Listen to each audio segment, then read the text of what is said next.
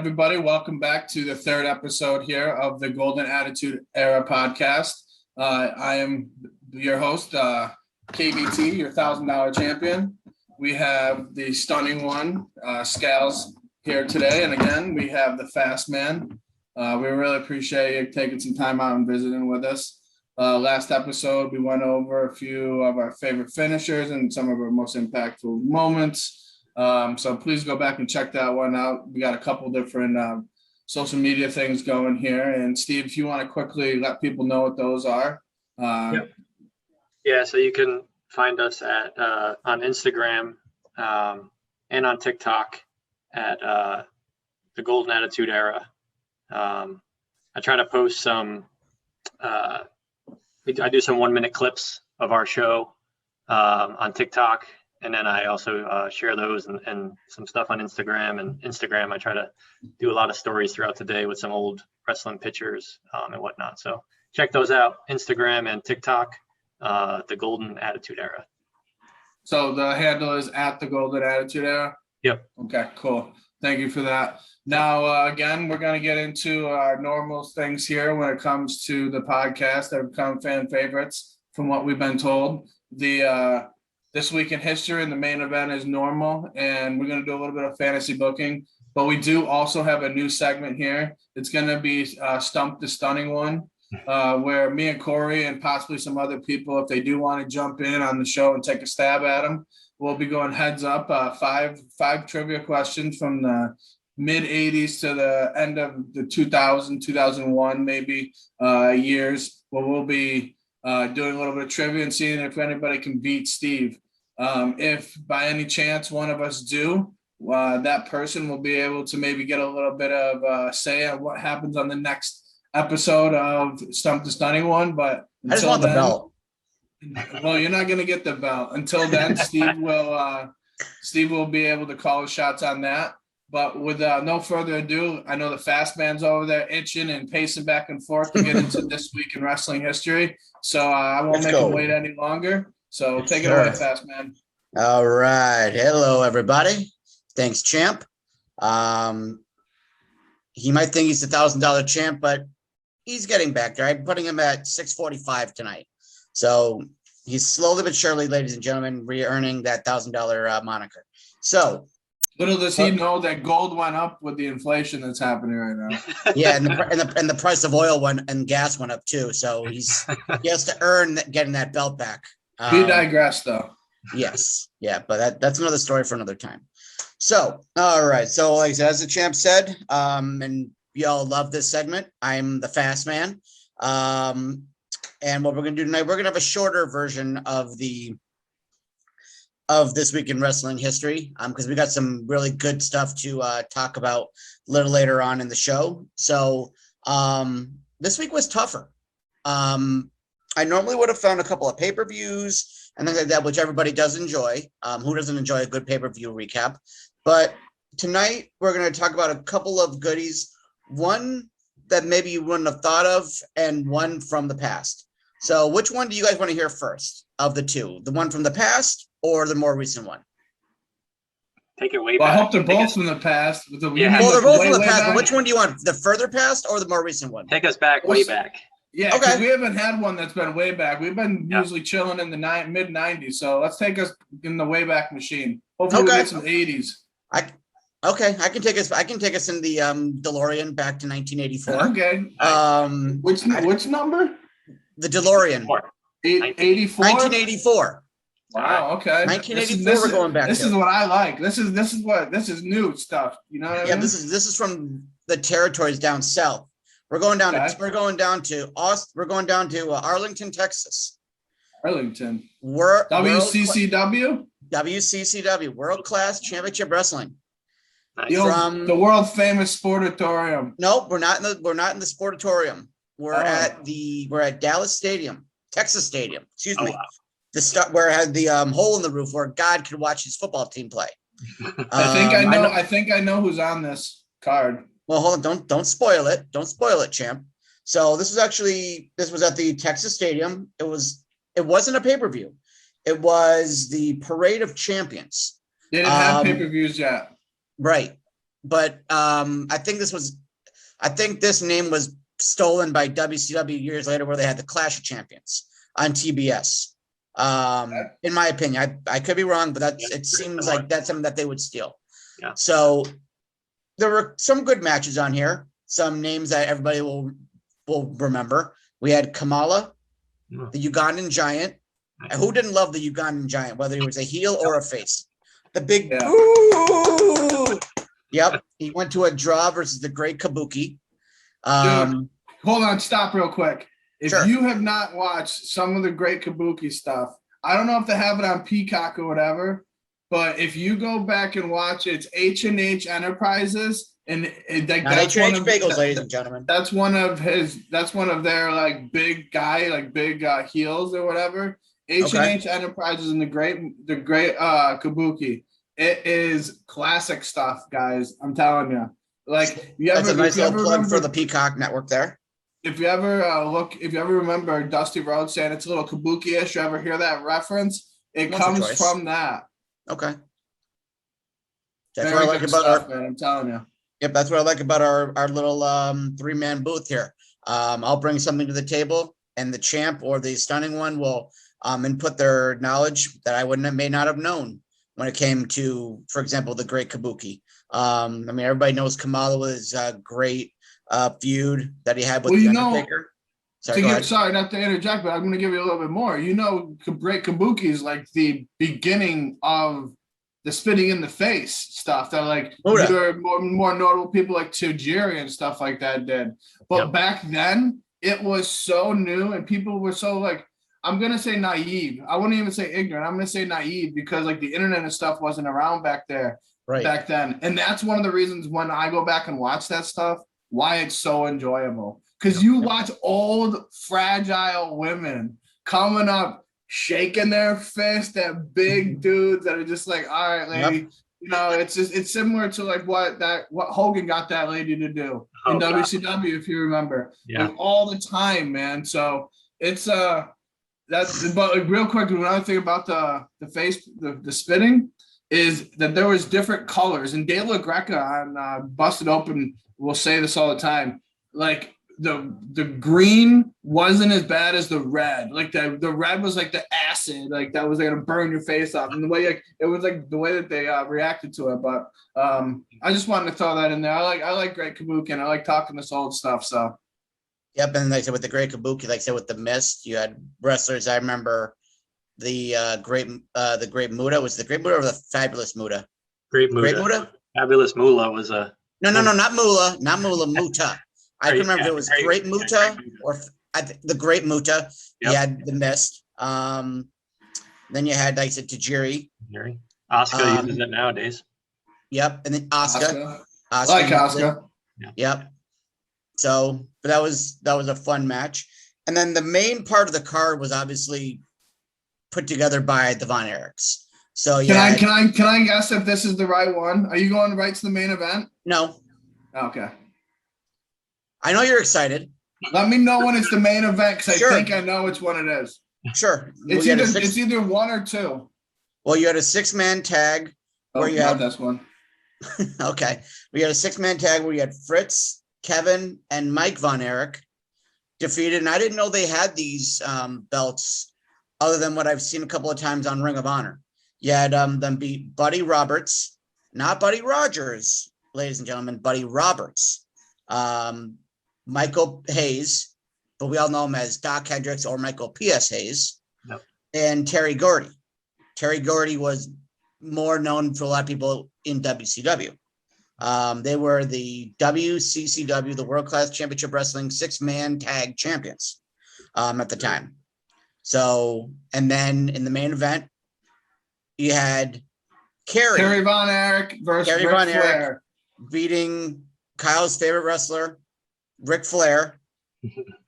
You're a Flair guy, don't lie to me, for the NWA World Heavyweight title. So do you know I'm sure, Kyle, you know the backstory of that event, right? Like who was supposed to beat Flair for the title? Dusty? No. So it was David Von Erich. Right? David Von Erich, who passed away in February of that year. So the this was older brother, the older, Okay. taller brother. right. I think he may have passed away in like Japan or something when he was wrestling over there. I forgot Yeah, what exactly happened. He did pass over there. Yeah, so this was kind of like a memorial to him in a sense. I remember Kerry Von Erich wore a sequin jacket with the big yellow rose on the back because they called David Von Erich like the yellow rose of Texas or something like that. He was always wearing black and yellow. Yeah. Now that you say that. Right. So that was supposed to be him winning the title, but Kerry Von Erich took the spot and he won the title. So, yeah. There was a lot of emotions, I'm sure, in the building that night. Yeah. Absolutely. Yep. That's what's cool about that type of stuff, man. You know what I mean? Like in the territories, when those type of things would happen, there would be quick changes, and like you didn't have to go through and meet all these commands and demands and all that type of stuff. But so small family running it and whatnot. Yep. So that's what happened on May 6th, 1984. Now, before I go into the main thing that I want to talk about, just throwing a little fun piece of wrestling history from Rochester, New York. Going to go to ECW. Just something quick because I like to throw in stuff from mine and KVT's old hometown. May 8th, 1998, an ECW show from Rochester, New York. We had Sabu defeating Al Snow in one match, and then you had RVD as the world television title holder, defeating Chris Candido, who obviously everybody knows from WWF land, as Skip. So that's probably just something fun from Rochester, New York to throw in there. And now from May 7th, 2000, Slamboree, WCW. What move? There was a movie that came out that had WCW wrestlers in it. Does anybody here remember the name of the movie? It came out about I'd say a year prior. Yeah. Okay, Kyle, you remember the name of it? I believe I do. I'll let you show off your stunning. Show the people why you're the one that's going to be. I never even seen this movie because I couldn't stand David Arquette. So I've avoided this movie my entire life. So what was the name of the movie, Kyle? Ready to Rumble. Ready to Rumble. Yep. Yeah. So it was a wrestling movie that had DDP in there. You had Savage in there. You had Sting, Kidman. People forget that Kidman was in there. A lot of Booker T. Goldberg. Was Bischoff in the movie?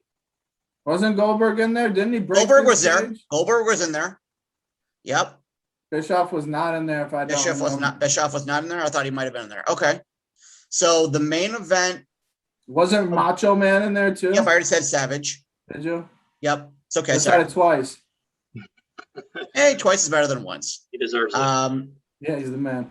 So in that pay-per-view, they had a gimmick match that happened based on the last scene of the movie in a 3-tiered cage, where in a triple threat match, you had David Arquette, probably the worst gimmick champion ever, where he won the belt from I think a couple weeks prior on Thunder, not on Nitro, on Thunder. Who would ever thought that? It would be like somebody winning the heavyweight belt on Shotgun Saturday Night back in the day, or on main event before Raw or SmackDown. So Sunday Night Heat is what you're there. You go, Sunday Night Heat. There you go. I was letting you struggle there, Fassy. I just wanted this. I was going way back in the time machine. You're going wild with it. Go ahead. Yep, I was having fun with that one. So yeah, David Arquette is the champion. You had DDP, and then you had Double J Jeff Jarrett. So the end of the match happened where DDP was about to win the belt. Arquette turns on DDP, allowing Double J, JEFF, JARRE, Double T to win the belt. Probably should have gave a little spoiler alert there, fans. Sorry if anybody hasn't watched it.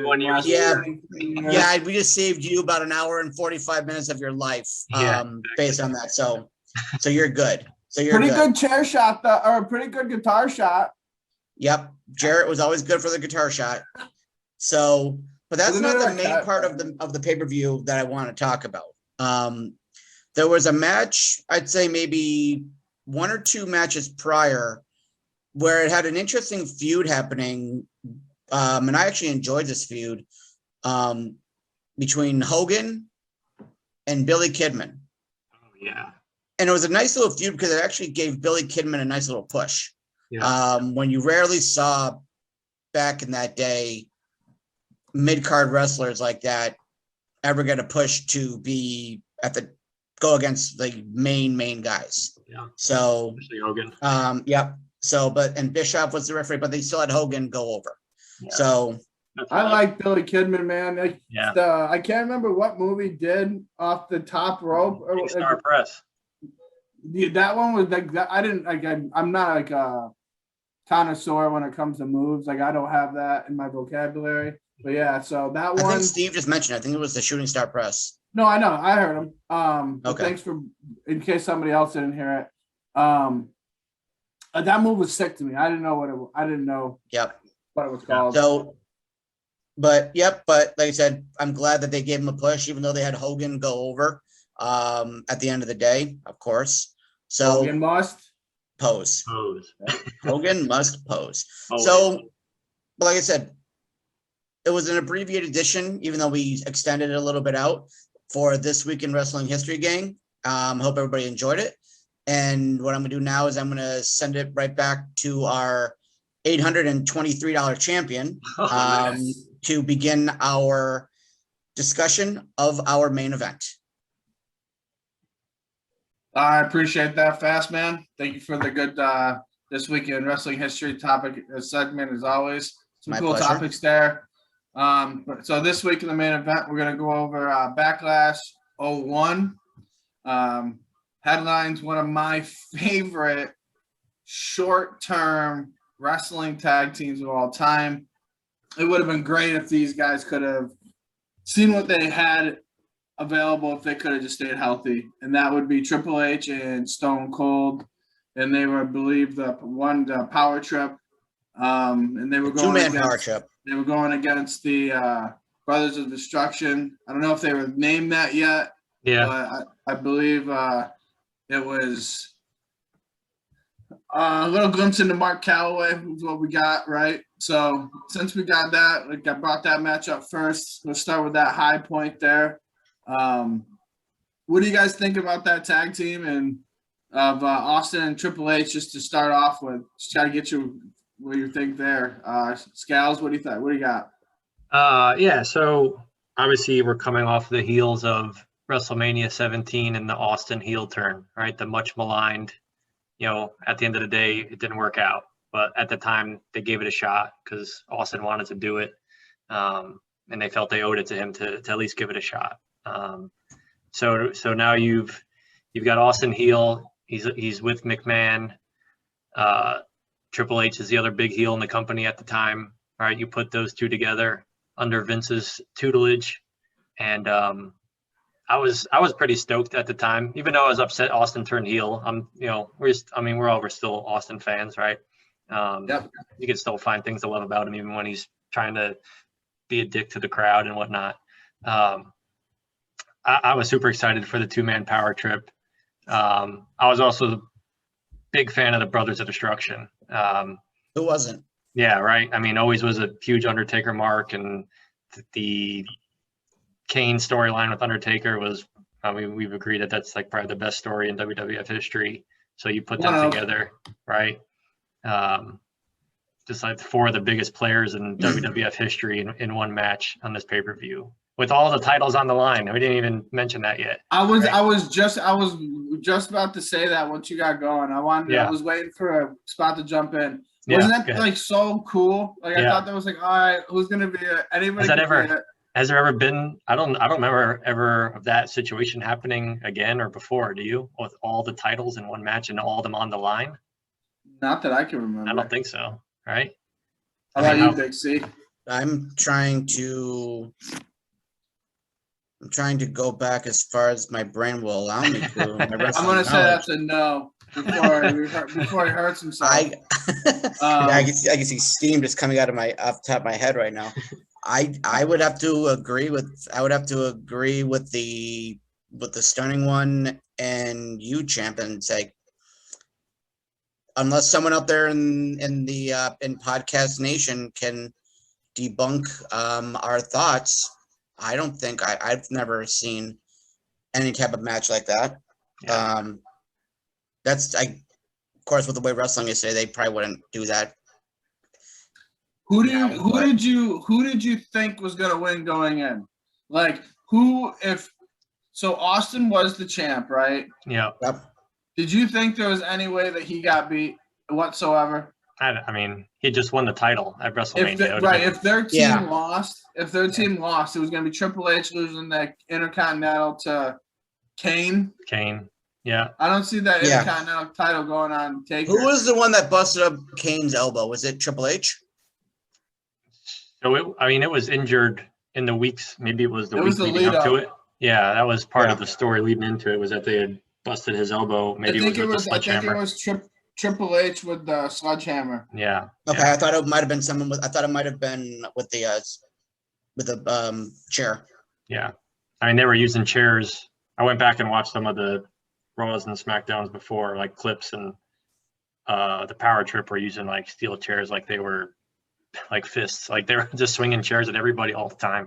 Dude, Austin was a great heel though. Yeah, right. Yeah, he was. You go back now and you look at his facial expressions, it feels like he took the bottom part of his chin and brought it up. If you look at his goatee, it's so bushy, and the one he would do that face, it legitimately added like a 3-foot little poof of hair, and it looked like he had another chin. It was like an evil person back in the cartoon type stuff. Yeah, it worked out. See, he had you believing he was a full villain. Dude, I loved it, dude. The change, making he did the slight things too, the subtle things, right? Changed, made his knee braces gold sometimes, red sometimes. How about the music? The Disturbed theme song. That's one of my favorite theme songs of all time. The Glass Shatters by Disturbed. It was so good. I don't know. I gotta hear it. I like the original though. I'm pretty partial. Everybody loves the original. Yeah, it's a classic. I liked when he switched it up for the. I don't know. Honestly, I'll have to go back and listen to that. Yeah, that's a good one. How about when they were making their entrances or whatnot, and they added this little snippet of trivia, was that Jim Ross said it, I think, was that if Triple H had won that match, he would have been only the second person in history to hold the European title, Intercontinental title, WWF title, and the tag team titles. Did you hear who he said? Sean. No. Yeah. So the Click, so that was pretty cool. And then obviously it happened. So Triple H and Sean, the first two to hold all those titles. Right. Yeah, I knew that Sean was the first, whatever they call it. There's a certain term that they use. Grand Slam? I said Grand Slam, but I think that was before the Euro came in, right? Yeah. Or maybe, I don't know. Well, but before that, they only had the IC. I think of the Grand Slam. WWF and then was tag. because of the Euro. Yeah, you're right. I think Corey's right. The Grand Slam made it the Euro. Yeah, you're right. Yeah, so that was pretty cool. I wonder if he ever became the light heavyweight champion. Triple H. Yeah, maybe in 1990. Michaels.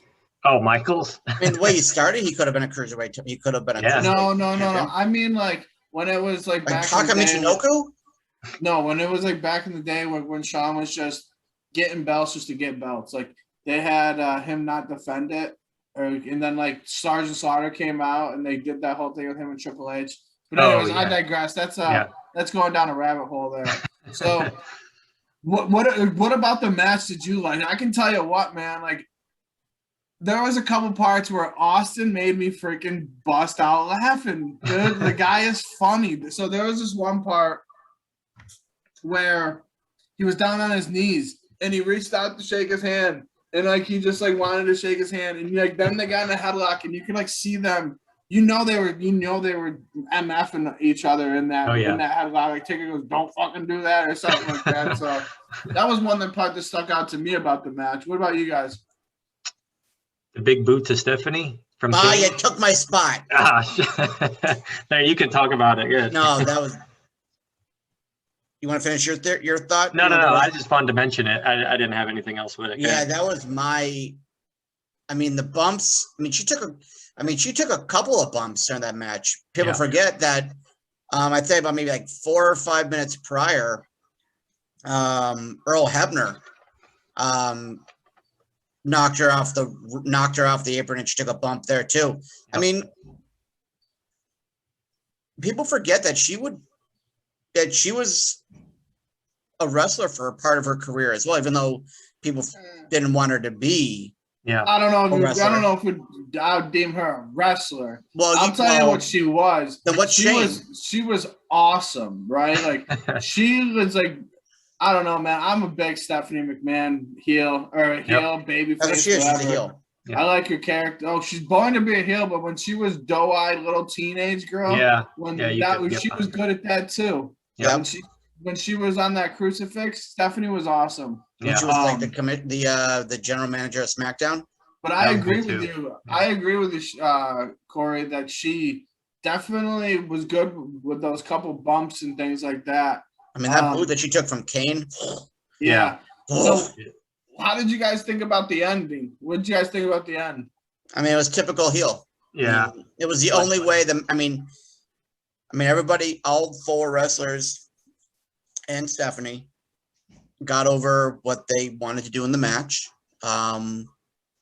At the end of the day, I mean, based on the way that the pay-per-view started with that montage of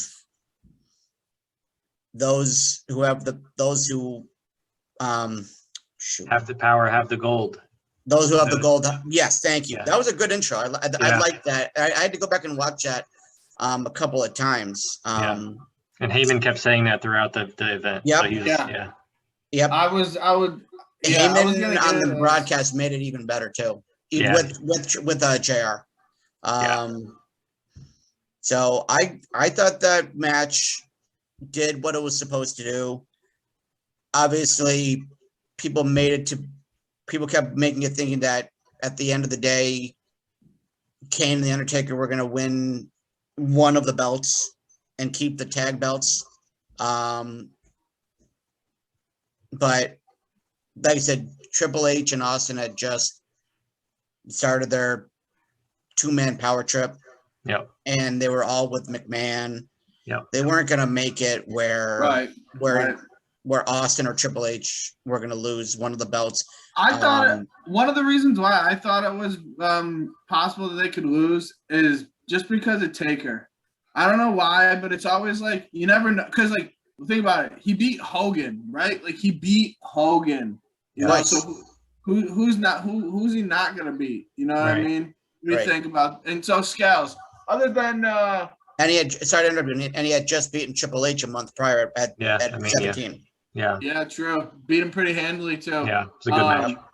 So other than the main event there, what was some high or even some low spots you're like, what am I watching right now? What do you got? So some might consider it a low spot. I was entertained by it. Was the Duchess of Queensberry rules match between William Regal, who was the commissioner at the time, and Y2J, Chris Jericho. And the story leading in was, Jericho was all his balls as commissioner, and he pissed in his teapot and all sorts of stuff, right? So Regal was trying to get back at him, and he came up with this match, the Duchess of Queensberry rules match, which no one knew what the hell it was. And even the match started and Jericho didn't know the rules. And Regal knew them, but he wasn't sharing them. And you had this Duchess, this Duchess of Queensberry come out. And I looked up who it was. Did you guys read who was playing her? No, who was it? No idea. So she was a 2019 WWE Hall of Fame inductee of the Warrior Award. No way. Sue Atchison. Yeah. Oh, Who was like wow. a stalwart with the company, and she like spearheaded the Make-A-Wish Foundation relationship that they have. Yeah. So I thought that was pretty cool. No one. Definitely cool. Yeah. I like how they do that type of stuff. Yeah, like, for if sure. you look back at like old episodes in the same light, you'll see like you'll see a young Shane McMahon out at ringside and stuff. I like how they use like, and then like they grow into other things, and it's like, oh no way. So yeah, that's cool, Steve. I didn't know that. I would have never looked into that either. No, I like those little tidbits of info. I wanted to know who that was. Yeah. And it's funny because they were like busting her chop, like JR was just like busting on her the whole match, like, she looks like a man and all this. Yep, I remember that. They love this lady backstage, but they were busting on her hard on the show. Paul Heyman was really good with that. Stand up. Stand up. Yeah, this royalty. It's real royalty. I think they did a match like that in WCW from stuff that I was reading. I think maybe, and it involved Jericho, Regal. Oh, really? I think it was Guerrero in a tag match and Benoit. It was it was like the Regal of Duchess of something, Queensberry rules. Yeah, same generalized idea where they had like different rounds. Yeah. But I was just when I just saw like something like that quick when I was looking up information, I was like, oh, they did something like that a few years back in WCW. Yeah, it was good. So they did a couple, the funny spots of the match where Jericho hits the lion salt and goes for the pin. He would win, but then they ring the bell and the Duchess says that's the end of round one, so he didn't win. That was in the middle of the pin. Yeah, in the middle of the pin, and then Regal hits him with the scepter, and the ref rings the bell, DQ, and then the Duchess says no DQs, no DQs, right? And then there was another one. The Walls of Jericho. He puts him in. Regal taps out, but then he can't win by submission. No submissions. So like everything Jericho was doing to win was getting thrown out the door, which was it made it a pretty funny match for me to watch. Yep. Okay. Sassy. Yep. High, low, in the middle. I would say there were two matches that were really close on my radar. Both high. It was a tough choice. Pick one of them and get into it. Yeah, it was like I one and one. Into another I'm about to, champ. Settle down. Don't make me demote you again. You got me biting at the bit here. Let's go. As much as I want to do Big Show and Shane, the better match, obviously, because it was like two real wrestlers, Benoit versus Angle, in a 30-minute submission match. To continue their feud from Mania. So when Angle beat Benoit at Mania. So the way they did that match, I liked it. They put both of them got over, and like what Heyman said at the end of the match, there was not a loser in that match, even though obviously someone had to win the match, and that was Benoit. Right. I thought they both did what they were in there to do, put over all their moves, all their submissions. Even though Angle only has one, he was actually able to, if I remember correctly, and someone tell me if I'm wrong, he got Benoit to submit to the crossface. Yeah, that was correct. So that was the third. I actually want to jump in on that, right? Yeah. So as soon when I was watching it back and I saw that happen, I immediately thought back to what I was talking about with Michaels and Razor on our previous episode about how you never saw people doing other people's finishers. Michaels and Razor? Or Michaels and Bret Hart? Michaels and Razor or Michaels and Bret Hart? Michaels and Razor, when I was talking about how Michaels put the Razor's Edge on Austin in our previous episode. Were you there? I was there. I just meant to make sure that you weren't talking. I'm just making sure that you didn't have a slip and meant Hart and no, Michaels. no, no. I meant Razor. But anyway. Okay, continue. I'm sorry. But the reason I say that to say this, right? Like, and I got to tip my hat again to Paul Heyman. Like, Paul Heyman did it perfectly and informed the crowd perfectly, right? Like, hey, how disrespectful is that he just made him tap out with his own move? And then he came back and then he got it done to him later in the match, which I thought was pretty cool. Yep. And another point that I wanted to touch base on this, and then I'll throw it over to Steve to get his ideas and thoughts on it, was how, again, Heyman and JR said Benoit is tapping quickly to go down 2-0 because he needs to keep himself healthy that type of stuff, right? Like, you don't get that from the Michael Coles. You don't get that from the Cody, whatever his name is. Corey Graves. Corey Graves. Or Adnan Burke. I honestly, I haven't listened to a new show with Adnan. Yeah, I like him on ESPN.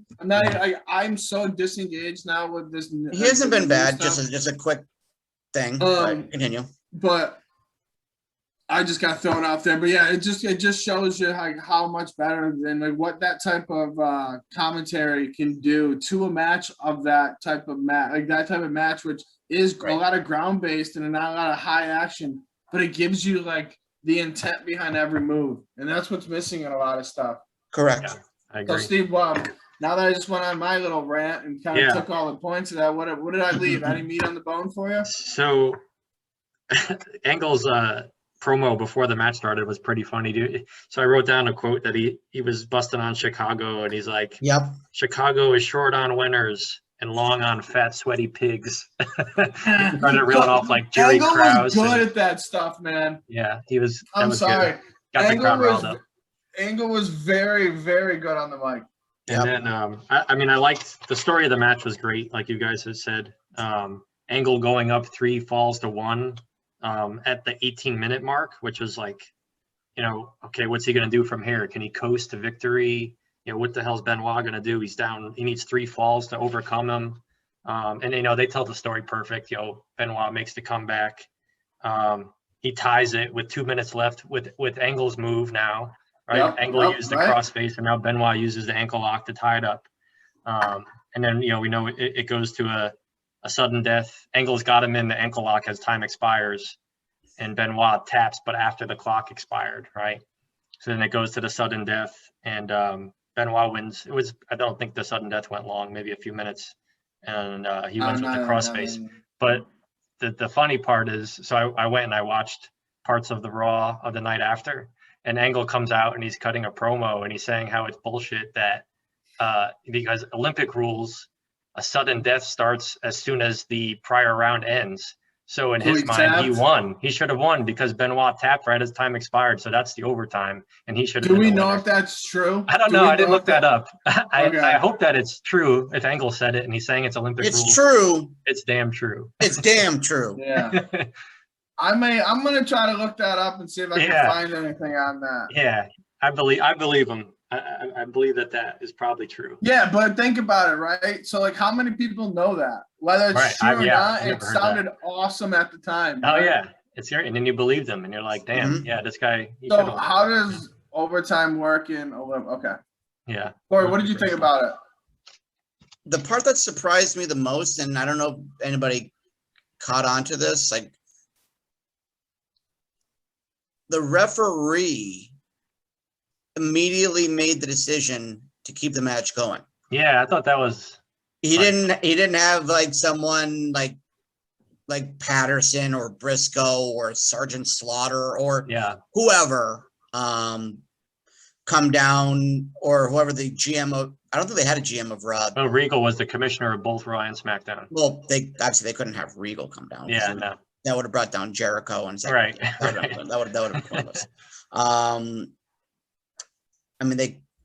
Because normally they'd have a discussion with 4 or 5 other people, all these other referees. But the referee immediately made a decision to basically restart the match. Well, not restart the match, but continue it. Are we saying that we don't like that he did that? Or no, it was just something that was different. Yeah, right. Because I was like, I didn't remember how the match ended. So I was like, oh, this is going to end in a draw? That's kind of shitty. And then the ref Right. said that, and I was like, oh, I wasn't expecting that. Yeah.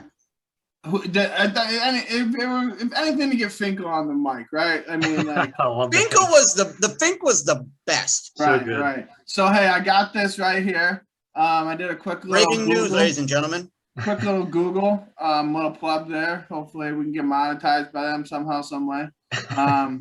How does overtime work in Shout wrestling? out. Sudden victory overtime period during tournament and dual meet action. When the wrestlers are tied at the end of 3 regular periods, they will then wrestle an overtime period, which will be 1 minute in length with no rest between the regular match and the overtime. There you go. So I right. do gotta give that W to my boy old Curdy Angle there, because he was just going off of instinct. So I mean, how do you dispute it, man? Like You can't dispute it. The only difference, though, is that in the WWF, WWE, in that match, because it went sudden death, they didn't have an extra. They didn't put the clock at whatever. I don't know. I don't know who that.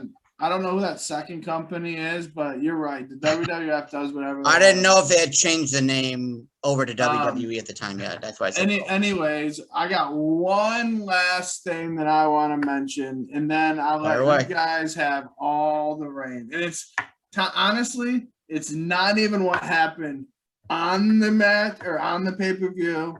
It's what happened on, I believe, SmackDown leading up.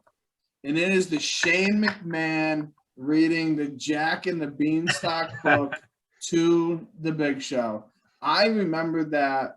So that's one of those segments to me that as soon as I saw it, I go, oh man, I remember this. This was great.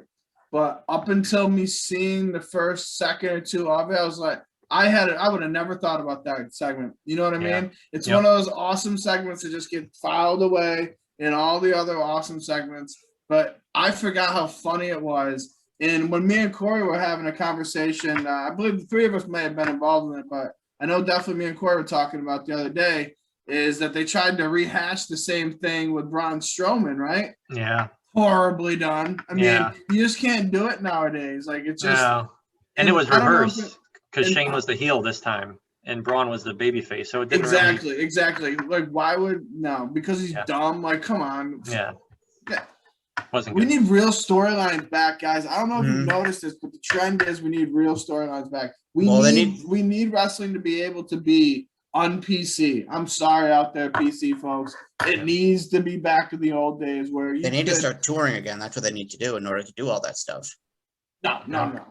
This was a problem before COVID. Yeah, this is a problem since my boy Jim Cornette started going off about it when he first got his podcast. Double cheese. So they just need to get better storylines, and I love that storyline. That whole thing. The match is what it was. You know what I mean? Yep. Shane does this. Now we got to talk about this because you can see him a little bit over Steve's shoulders.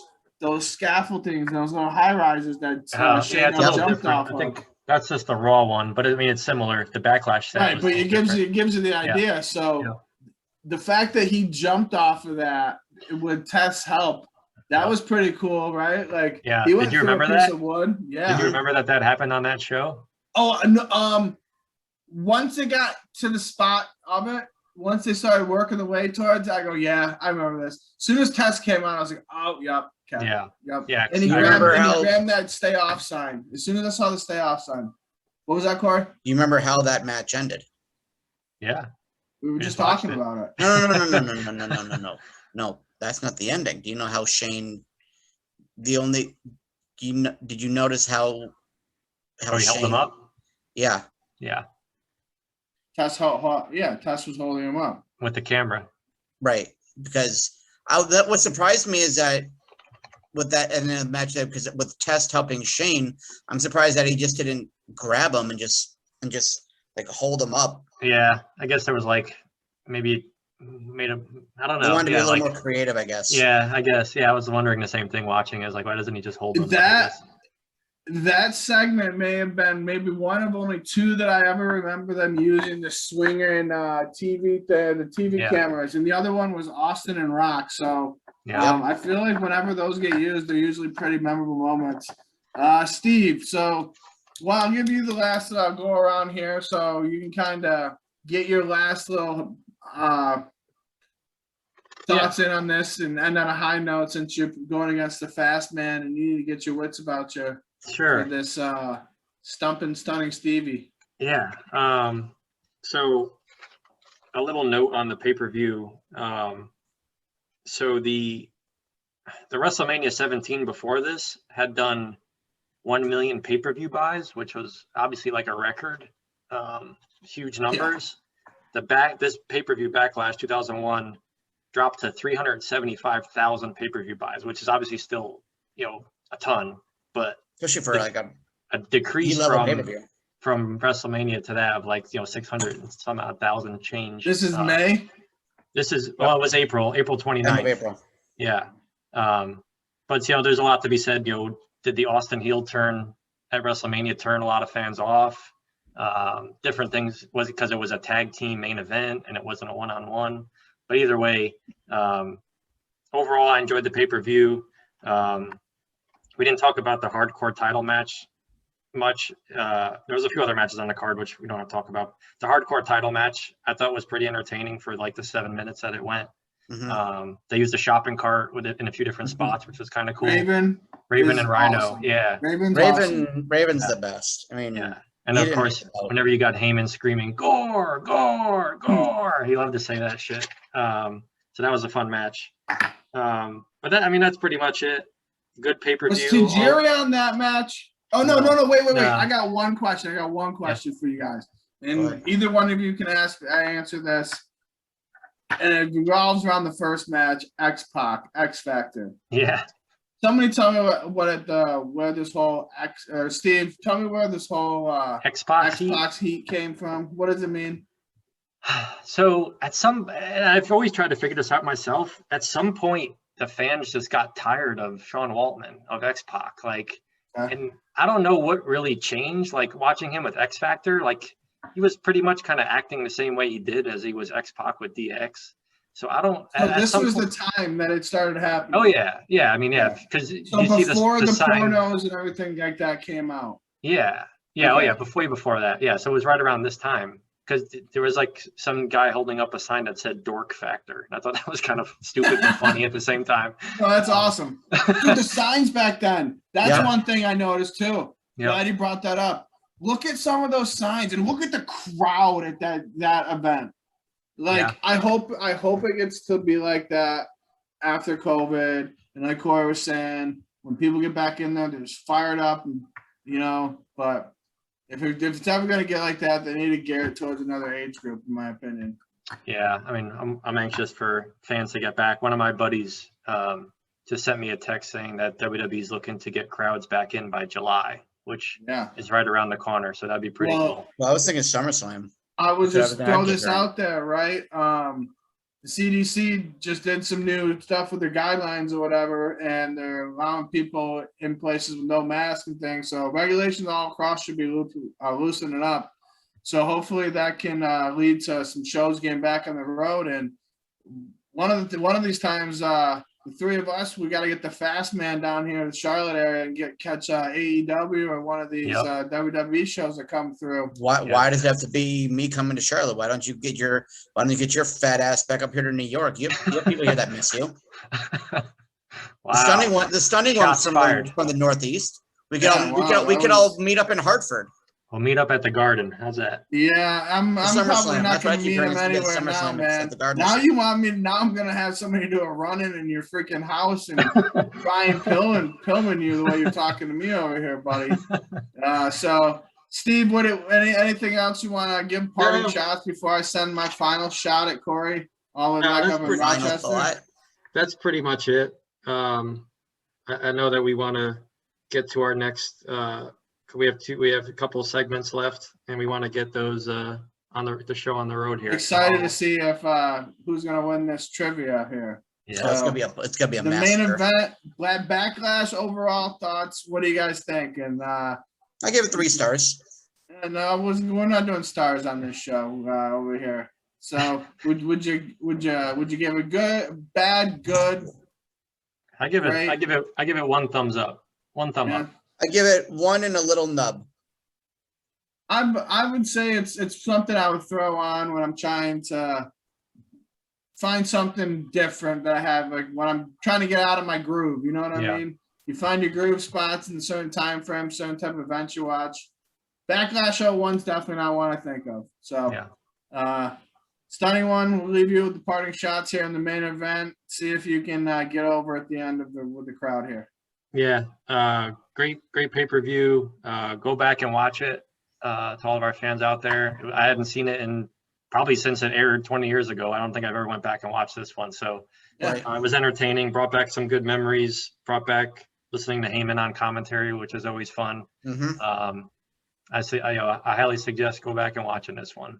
And with that said, I'm going to throw it back to you, KVT, for our next segment.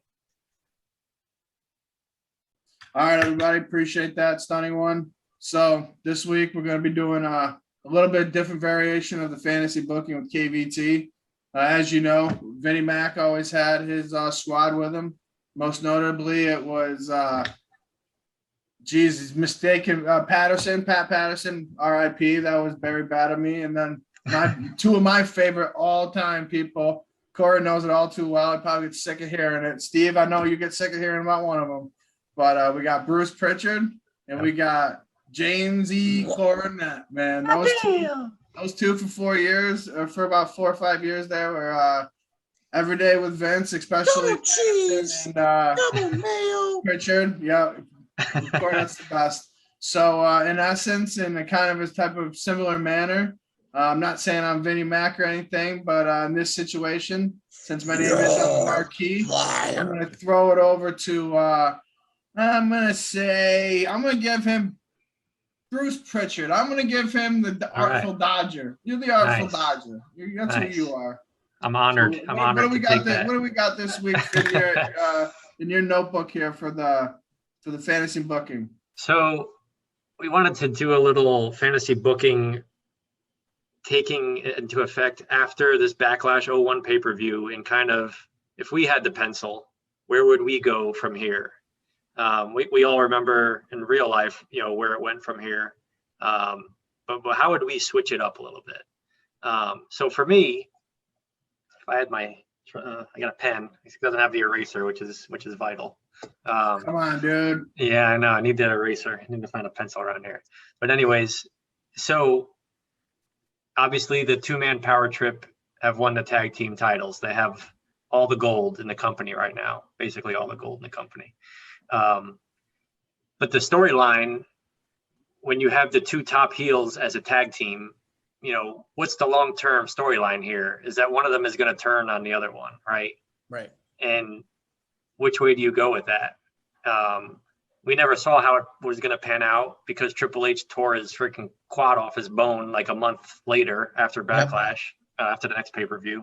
That was a pedigree on a tag match with Jericho. It was Jericho and Benoit got the tag title shot. And Triple H went to go. Walls of Jericho. I remember that. And he stepped weird with his one foot, and it kind of caught in between, and he shoved him off, and then he just tore it.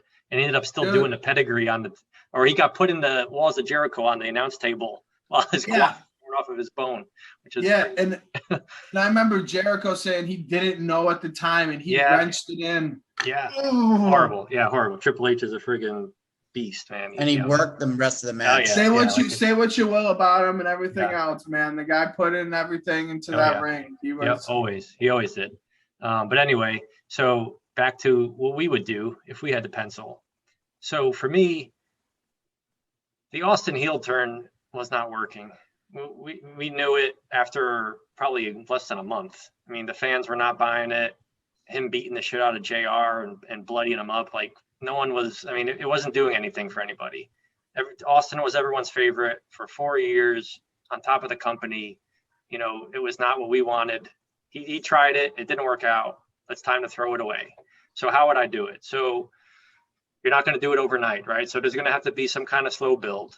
To me, it's got to involve Vince and Triple H, right? They are going to have to screw him over at some point. And it's already kind of started. Stephanie's got to be the weasel. Stephanie's the weasel involved, right? So in that tag match, we were just talking about with Benoit and Jericho against them for the tag titles. Triple H hit Austin with the sledgehammer by mistake that cost him the match. And we never saw any payoff from that. So to me, that's where it starts, right? Austin, he's questioning, what the hell was that? Did you hit me on purpose? What's the deal? And that's kind of the starting. How far after was that? That was the night after Judgment Day. So about a little over a month after Backlash. Okay. May pay-per-view, the Raw after the May pay-per-view. So they had it, at least it wasn't like next Monday on Raw. Okay. Yeah, it was. Yeah, so the power trip lasted a couple months before Triple H got hurt, and obviously they probably had plans for it to go much longer. But that would be my start-off point of Austin questioning Triple H's loyalty to him.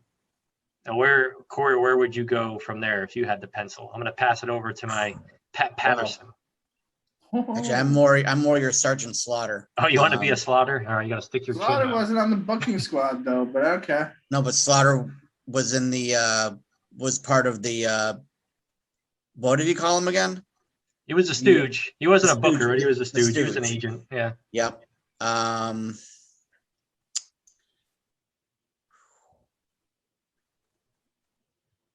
This is why we don't let Stooges book. Oh, shut up. No, I was trying to think of. I'm gonna go off of that, and we never saw after Shane beat Vince at Mania. We never really saw much. I mean, other than Shane being put in that match against the Big Show, we never saw anything more with that feud. Well, Vince got Angle to fight him at King of the Ring, and Angle beat the shit out of him. Remember, he threw him through the glass window twice. Or tried to, and then twice. Yeah.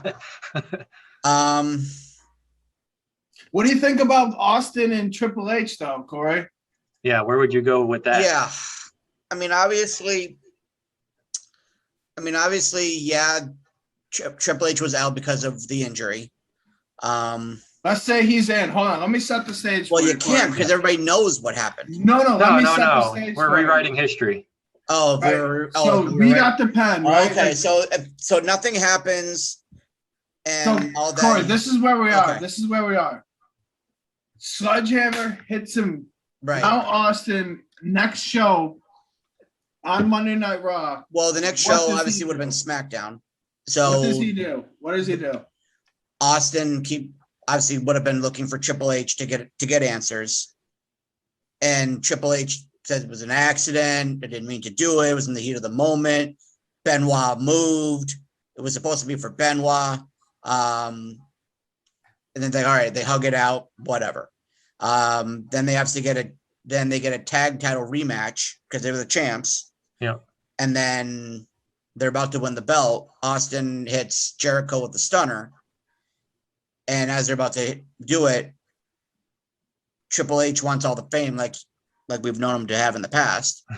And he wants to get the pin. And Jericho kicks out of the pin.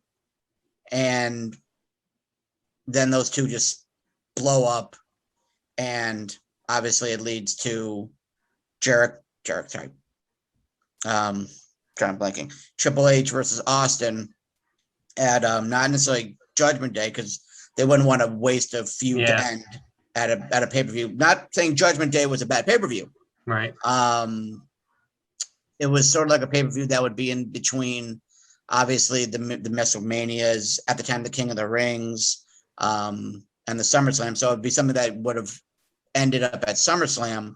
Yeah. Hold on. I'm sorry. Let me just jump in. What are you gonna do in between these times? Well, they're gonna lead. Well, yeah, they're gonna. What are you gonna do to build the heat, though? Like, what are specific events along the way, other than just jumping to this is how they finish? Well, what we're looking for, what I'm looking for from you right now as a fan, is I want to know. All right, they just hit him.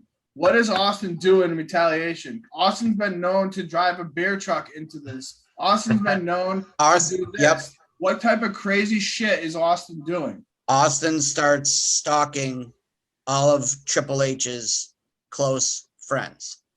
He goes after X-Pac. He goes after Michaels. He goes after, obviously, he goes back to attacking Vince and then Stephanie. And then it eventually leads to the match at SummerSlam. So let me just do this. I want to jump in and build off of what you got going here, right? I'm keeping Austin as the heel. Sounds like you just made Austin the babyface. No, because Triple H would then gain the WWF title and have the IC title and the WWF title at the end of the day. They would do like Hogan versus Warrior title for title. Corey, I'm sorry. We got to have a little back and forth here. What you just did was completely make Austin the babyface. You just had him get hit in the face with a sledgehammer. You just then had him go on a warpath and get all these villain people. You got Vince McMahon, who everybody hates. You got Stephanie McMahon, who everybody hates. I'm gonna clean up. You had a lot going on right there. So I'm gonna clean up a little bit what I think you were trying to say. So you're gonna go and have Austin kind of methodically go and start picking the people that are surrounding Triple H. Mm-hmm. And protecting him and removing them, right? Mm-hmm. Is that what you're kind of going with? Correct. So who would you start out with first? Like, obviously, you get rid of DX, or if they were still together. Yeah, they weren't a thing. Shawn wasn't back yet. X-Pac nobody was. So it was just kind of like Hunter on his own with Stephanie. With Vince and Stephanie. Yeah. Okay, and then obviously then. So who would you go after first? Well, going after Vince would be too obvious because he's been going after Vince for years. Yeah. Okay, can I tell you what I think you would what I would do? Can I kind of jump in here? So what I would probably do is if you're gonna leave me with Austin being kind of like in the hunt into kind of like a predator type of mode, similar to what he actually did do to Vince at one point in time, like where he made him pee his pants type of thing. Is with that fake gun? I would probably go and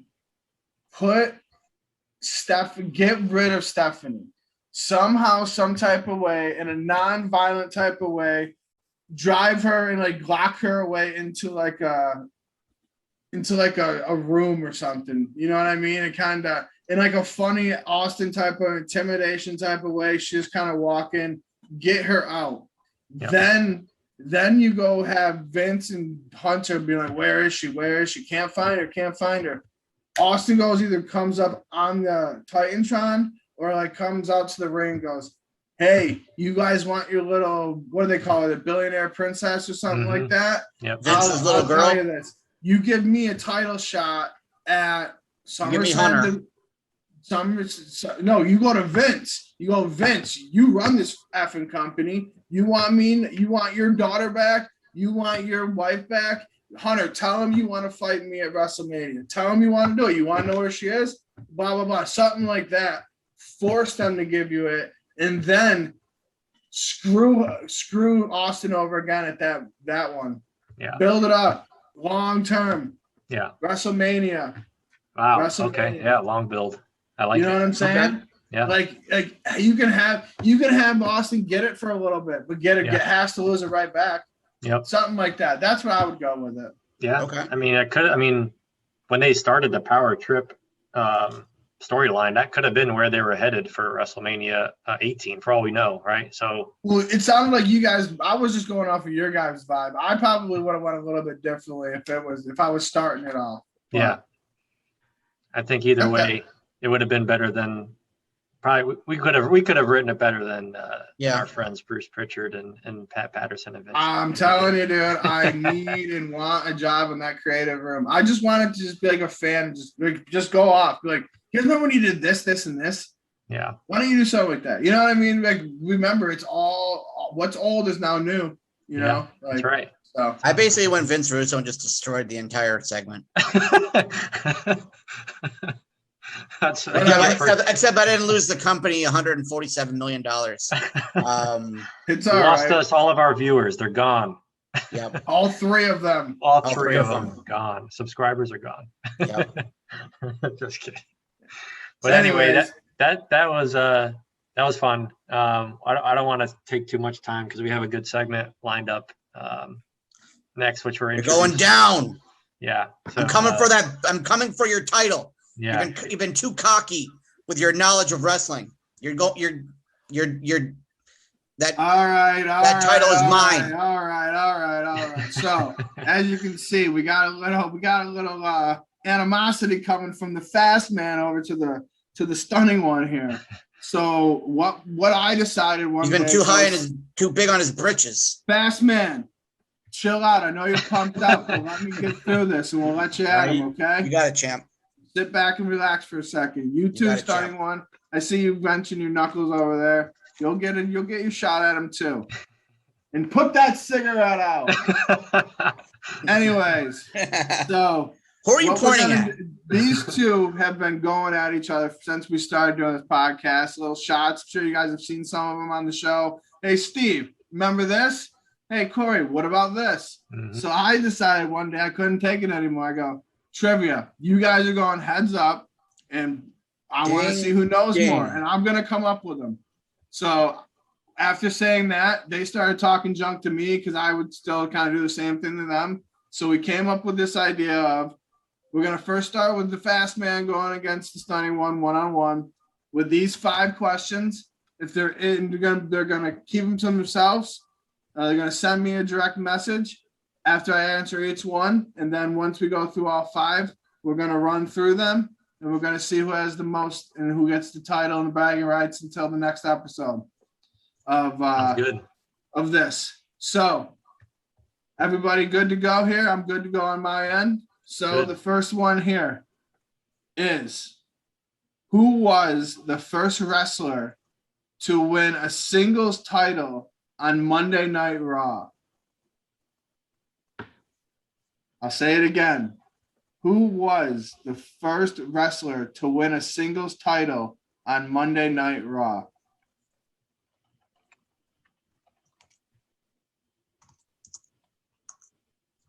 Make sure to send it only to me, please. I see that the Fassman is sending a message. Okay. I sent mine. You get mine too? Okay. Yes, I did. So there we go. Number 2. Who wrestled in the first European Championship match? Who versus who? Who wrestled in the first European Championship match? Who versus who? This is a better one than I thought it was going to be. Okay. A little proud of myself. We'll tap myself on the back here. Just while you're thinking, who did this? Barry Horowitz. Okay. All right. Okay. Number 3. Who said this and who did they say it to? Okay. So I said this to Corey, type of deal. Okay. Okay. So who said this and who do they say it to? We have the Man Beast and we have the Hose Beast.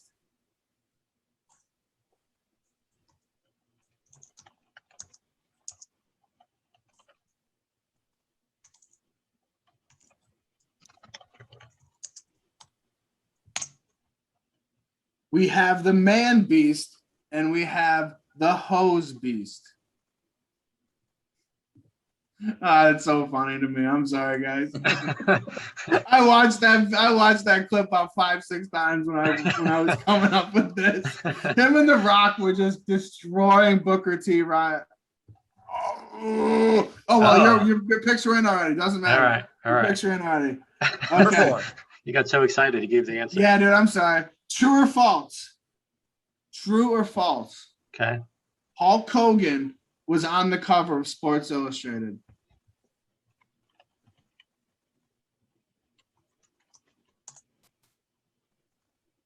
Okay. Number 5. Final question. Yep. Final countdown. And we will just do number 6 just to get it out there because I think this is a good one as well that you Okay. guys would most appreciate. But number 5, if there is no need for number 6, this could be the last one. Okay. What one-legged wrestler became Intercontinental Champion?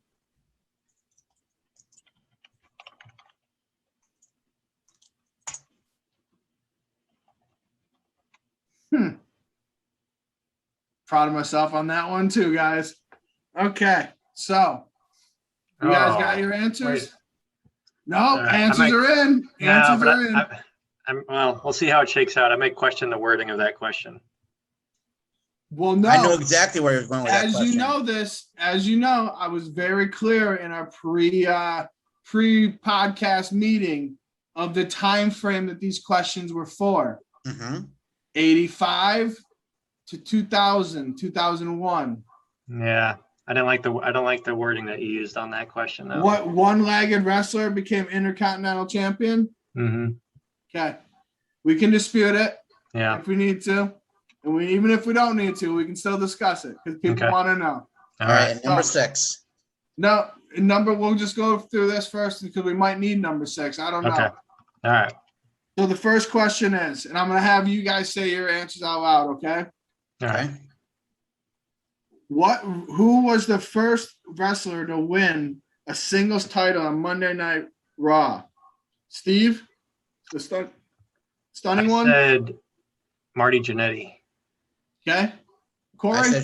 I said Shawn Michaels. Well, I'll tell you what. One of you is right and one of you is wrong. Because the match was between Shawn Michaels and Marty Jannetty. And Marty Jannetty became the victor. God damn it. Just a fun note for Corey. May 17th, 1993. Thought I was worried coming in. Thought he might steal it for this week in history. Was very concerned. Oh, nice. No, that might have been next week, buddy, because we're not in May. I never know with you. You're a wild card, big guy. That's true. Okay.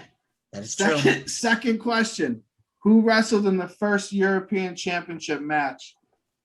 I'll let the Fassman go first with this one. I said Owen Hart versus the 1-2-3 Kid. Ooh, good guess, but wrong. I said Owen Hart versus the British Bulldog. Correct. Damn it! Do we know who won? That was too obvious. Do we know who won? The Bulldog. Yep. Yeah. Okay. Number 3. Who said this line and who'd they say it to? We have the Man Beast and we have the Hose Beast. Steve? I don't remember this, but I took a shot and I said Jericho sounds like he's talking to Rhino and Stephanie McMahon.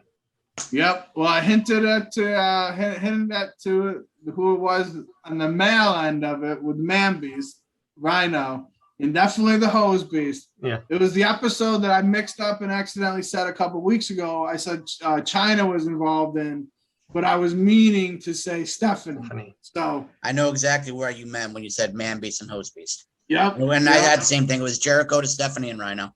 Yep. Okay. So right now, Steve, how many you got correct? All 3, I think, right? And I have 1. All 3, and you got 1. So you're up 2 on me. Yep. Okay.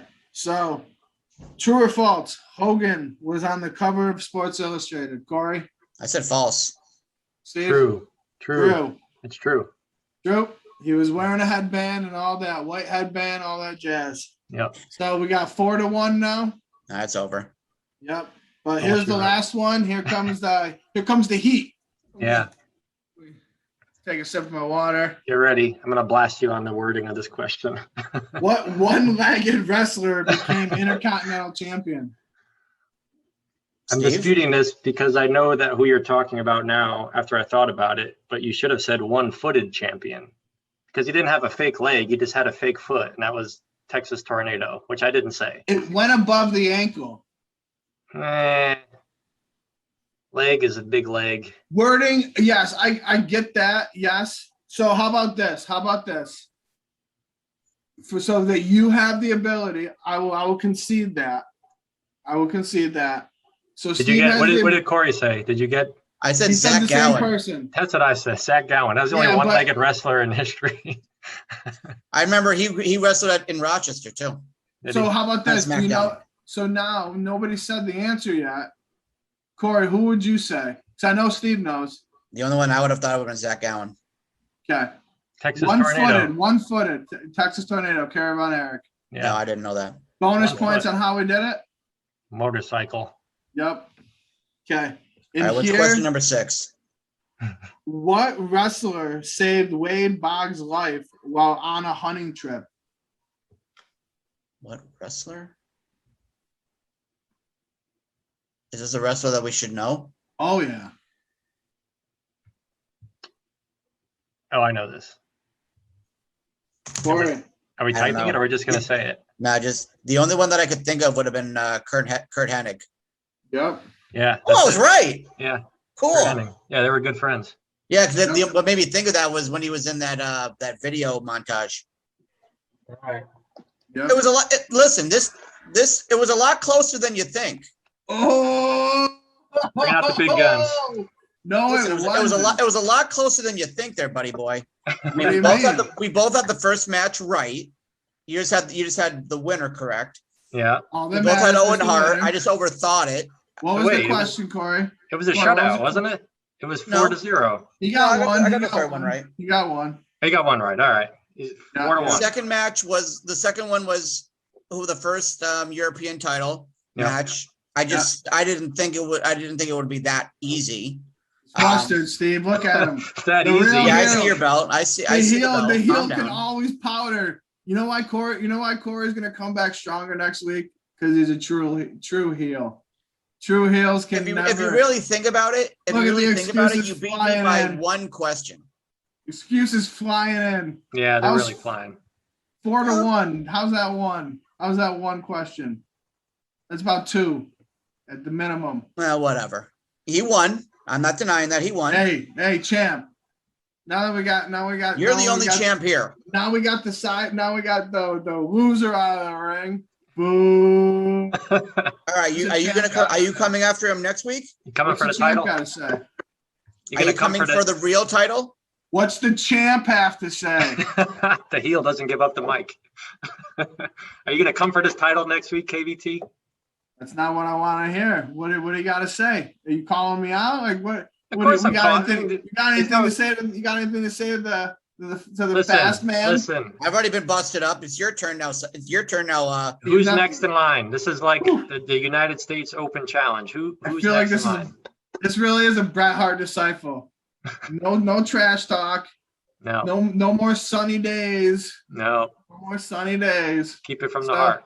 I'm depending on this, if I can trust the fast man, if we can come to an agreement with the fast man on outside the show on the terms and regulations of these questions, yeah, I'll take a shot. That sounds But like it's gotta- shenanigans. That sounds It's like a gotta be- handicap It's match. gotta be the Canada rules match. Oh, Sounds like spot Bret Hart matches. versus Shawn Michaels and the Bulldog in Come a on, handicap match right now. hey, you calling me out? I'm saying I accept, but there's gotta be some guidelines. Listen, I'll set the rules right now. I don't do business publicly. Send him a contract in the mail. I mean, well, we'll discuss it. Your people call my people, and we'll get this, and I'll have that wing eagle We'll over my discuss shoulder. this on the next episode of Primetime Wrestling with The winged McMahon eagle and Heenan. will be on this shoulder, and the $1 million belt will be on this shoulder, aka the $1,100 championship. No, you haven't earned that yet. Nah, Steve. it's gonna be $0 after next week. Steve, just know everybody's got their price, and yours is next week's trivia. We'll That's see all I about gotta that. say. I'll have Ladies and some really good questions, boys. Ladies and gentlemen, we don't listen to Corey. He just lost. He's still crying, and as the old Hawk said, he's crying in his wiener schnitzels and all that type of stuff. I'm forgetting what he said, but Who? anyways, next week. Let's hear about next week. What are we doing next We week? decided that we want to do a little bit of deep dive in some tag teams because we've been doing a lot of singles love here, a lot of singles moves, a lot of singles people. Wanted to get in some tag team since nobody else likes to talk tag team anymore. when it comes to actually wrestling. Yeah, Vince We knows decided for that we're sure. going to go into the Rockers, talk their way about how they came through the territories, how Sean and Marty barely made it through at the very beginning because people hated them. Cocky assholes, you know how it is when you're 25 years old and you think you got the world by the horns. So we're going to go into that, talk about their match with, I believe it was Buddy Rose, and I can't remember who else was on his tag team, and that classic match, and then how they got their start here in the WWF and how the interactions with Andre and ultimately the incident at the barbershop. Nice. So again, Fassman, appreciate your effort today. Sorry it didn't go your way. Just keep your head up. And it happens. I'll bounce back. Keep thinking about the next week in wrestling history, and we'll get something going with these contract negotiations for these questions. You're shady. You're shady. I know your people. I know how they go. So your lawyers will talk to my lawyers. And Clarence we'll get Mason, together. your lawyer? No, he's Dewey Dickerman Howe. That's who he deals with. So we gotta worry about that. So Steve, I'll get the lawyer that Cornette used to use. Clarence Mason. Clarence Mason. Yep. Yeah. So Steve, congratulations on I would say your hard fought battle, but on getting the specifics here. So hopefully I can come at you next week and take you down. But that's about it for this week's show and the Golden Attitude Era podcast. So everybody, appreciate you for joining in. And this is us again signing off. See you next week. week. That's mine, son. You better sleep with that tonight. That's mine. Yeah, kiss it goodbye.